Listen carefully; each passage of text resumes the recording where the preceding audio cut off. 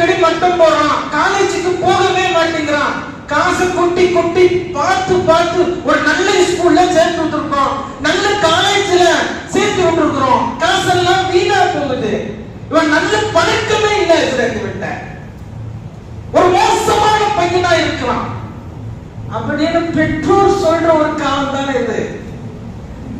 பெற்றோர் தான் பெற்ற மக்களுக்கு நல்ல சர்டிபிகேட் கொடுக்கிற காலம் இல்லைங்கிறது. அப்படித்தான் இருக்கு. இதுக்கெல்லாம் என்ன காரணம் அப்படிங்கறதை பார்ப்போம்.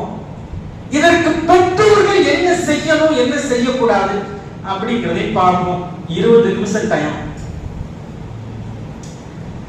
இன்னைக்கு குழந்தைகள் ஒன்று வீட்டிலே வளர்கிறார்கள், இரண்டாவது ஸ்கூலில் வளர்கிறார்கள், இல்லைன்னா காலேஜில் வளர்றாங்க. ரொம்ப சொற்ப நேரங்க மதரசால வளர்றாங்க மட்டும் சொல்லிடாதீங்க, அதை ஏற்றுக்கவே முடியாது.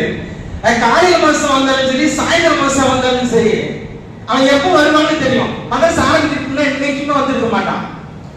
மதரசா ஆரம்பிச்சுட்டாங்கன்னா எந்திரிடா நம்ம காலேஜ் இருப்போம். சாயந்தரம் சீக்கிரம் போனா, ஸ்கூல் விட்டு வந்துட்டேன் போட, மதரசா முடிஞ்சிட போகுது அப்படின்னு சொல்லி அவங்க அம்மா அவனை பரபரப்பா அடுப்பு பார்க்கும். இவன் செய்யறதெல்லாம் செஞ்சுட்டு கொஞ்சம் லேட்டா தான் வருவான். எப்படி பார்த்தாலும் மதரசா முடியிருக்குன்னு 1/2 மணி நேரம் இருக்கும். இவன் 1/2 மணி நேரத்தில் என்னத்தை செய்ய போறான்? குர்ஆனை பார்த்து ஓதுவானா? அந்த குர்ஆனை தஜ்வீதோட கத்துக்கிட்டு அதை நல்லா ஓதற்கு ஒரு காரியாக அவன் ட்ரைன் ஆவானா? அல்லது தீனை தெரிஞ்சுக்கிட்டு, இஸ்லாத்தை தெரிஞ்சுக்கிட்டு, சுன்னத்தான நடைமுறைகளை தெரிஞ்சுக்கிட்டு, துஆக்களை கத்துக்கிட்டு, ஹதீஸ்களை தெரிஞ்சுக்கிட்டு அதை பிராக்டிஸ் பண்ணுவானா? அதோட தன்னுடைய வாழ்க்கையை ஆக்குவதற்கு அவன் பயிற்சி செய்வானா? இப்படிலாம் ஒரு கொஸ்டின் மார்க் கேட்டேன்னு வைங்களேன்.